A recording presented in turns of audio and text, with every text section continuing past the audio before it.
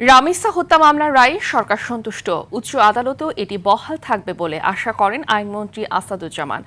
Death reference ও রায়ের নথি supreme কোর্টে পৌঁছলে দ্রুত তা নিষ্পত্তির উদ্যোগ নেয়ার কথা জানিয়েছেন attorney general barrister Ruhul Quddus Kajal. রায় পরবর্তী প্রতিক্রিয়ায় এসব কথা জানান তারা।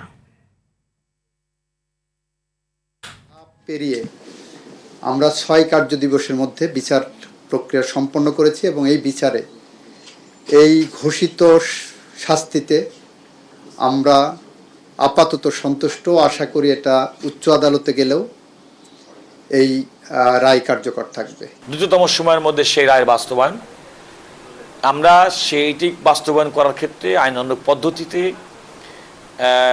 আমরা চেষ্টা করব এবং আমরা করব, যথাযথ ব্যবস্থা গ্রহণ করব যেন দ্রুততম সময়ের মধ্যে আপিলটি চূড়ান্তভাবে নিষ্পত্তির মাধ্যমে রায়টি বাস্তবায়নের দিকে যায়।